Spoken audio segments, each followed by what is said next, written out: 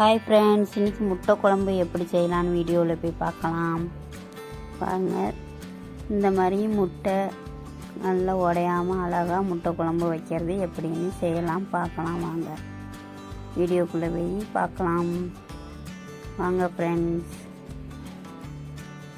4 முட்டை எடுத்து வச்சாச்சு,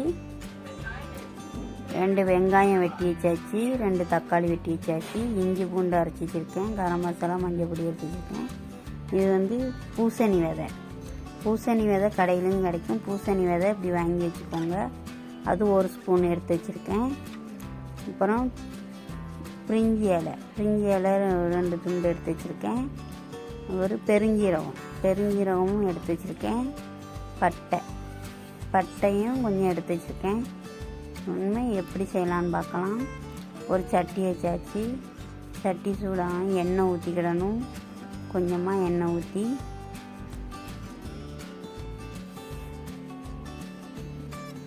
இதெல்லாம் வதக்கி அரைக்கணும்.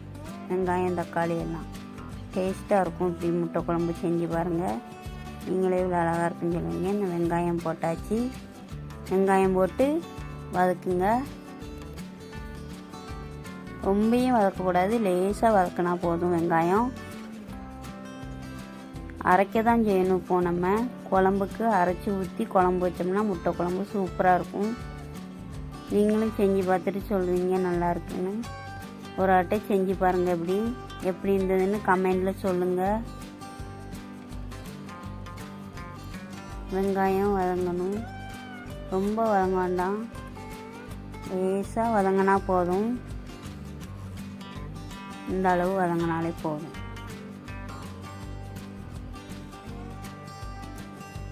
இப்போ தக்காளி போடுவோம். தக்காளி போட்டு தக்காளி கொஞ்சம் வதக்கணும். ஏன்னா வதக்கி அரைக்க தானே போகிறோம், அதனால் ரொம்ப வதக்க வேண்டாம், மீடியமாக வதக்கினா போதும்.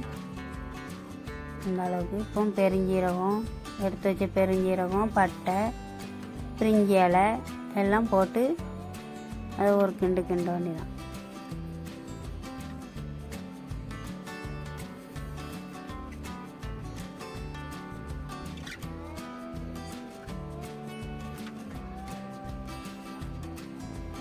அப்புறம் இப்போ பூசணி விதை எடுத்து வச்சுருந்தோமா, அதையும் போடுவோம். அதையும் போட்டு கிண்டி, அதனால் அதையும் கிண்டி வதக்கிட்டு அப்புறம் ஸ்டவ் ஆஃப் பண்ணிவிட்டு அது நல்லா ஆற வைங்க. ஒரு 5 நிமிஷம் ஆற வச்சு தான் அரைக்கணும். அது ஆறினதுக்கப்புறம் அரைச்சி எடுத்துகிட்டு வந்துடணும்.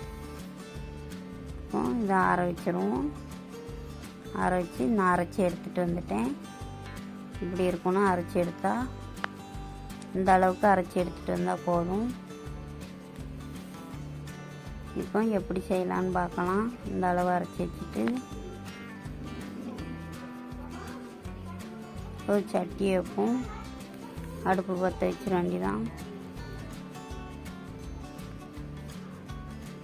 சட்டி சூடாகணும், எண்ணெய் ஊற்றணும். கொஞ்சமாக எண்ணெய் ஊற்றிக்கிட்டு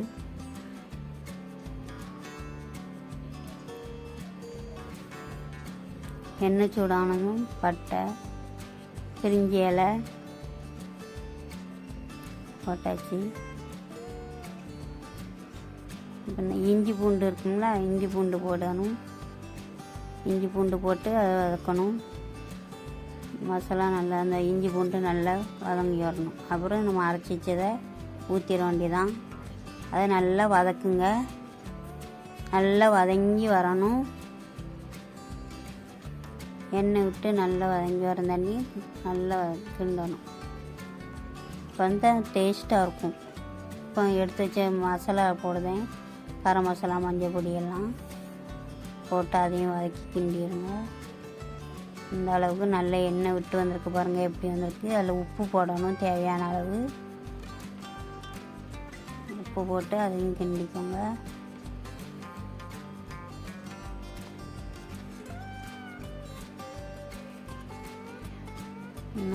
இந்த மாதிரி கிண்டிடுறாங்க. இப்போ தண்ணி ஊற்றணும். கிண்டி வச்சு தேவையான அளவு தண்ணி, நம்ம குழம்புக்கு எவ்வளோ தேவையோ அந்த தேவைக்கு தண்ணி ஊற்றிக்கோங்க.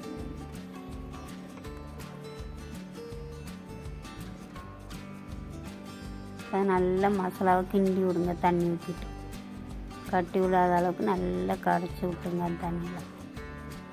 அது ஒரு 2 செகண்ட் கொதிக்கணும். தண்ணி நல்லா கொதிச்சு வரட்டும். எடுத்து வச்ச முட்டையை இன்னும் 4 முட்டையும் உடச்சி ஊற்ற வேண்டியதான்.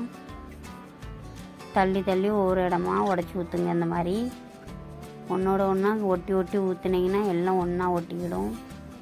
தள்ளி தள்ளி 4 முட்டையும் உடச்சி ஊற்றினா தான் நல்லா ஒன்றா ஒட்டாமல் அழகாக வரும். முட்டையும் நல்லாயிருக்கும் எடுத்து சாப்பிடும் போது.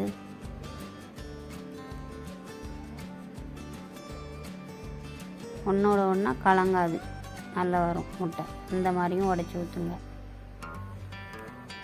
உங்களுக்கு எப்படி உடச்சி ஊற்ற முடியுதோ அப்படி ஊற்றிக்கோங்க. தீயை நல்லா மீடியம் சிம்மில் குறைச்சி வச்சுக்கிட்டு உடச்சி ஊற்றுங்க முட்டையை. தீயை குறைச்சி வச்சுட்டு ஊற்றினோம்னா தான் அது கரையாது, அப்படி இருக்கும் போட்ட இடத்துல. இல்லைன்னா அவ்வளோ ஒன்றா கரைஞ்சிடும். போட்ட மாதிரியே இருக்கும். 4 முட்டையும் உடச்சி ஊற்றினோம்னா இந்த மாதிரி 4 முட்டையும் உடச்சி ஊற்றிடாங்க. இப்போ ஒரு 5 நிமிஷத்துக்கு மூடி வச்சிடணும். உடச்சி ஊற்றி வச்சு 4 முட்டையும் ஒரு 5 நிமிஷத்துக்கு தட்டை வச்சு மூடி வச்சுருவோம். ஒரு 5 நிமிஷம் கழித்து பார்ப்போம் எப்படி இருக்குன்னு.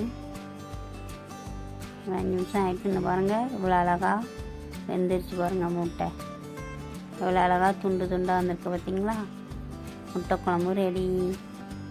வீடியோ பிடிச்சிருந்தா நீங்களும் இதே மாதிரி பார்த்துட்டு சப்ஸ்கிரைப் பண்ணுங்கள், லைக் பண்ணுங்கள், ஷேர் பண்ணுங்கள், கமெண்டில் சொல்லுங்கள். தேங்க்யூ. முட்டை குழம்பு ரெடி. இது மாதிரி நீங்களும் செஞ்சு பாருங்கள்.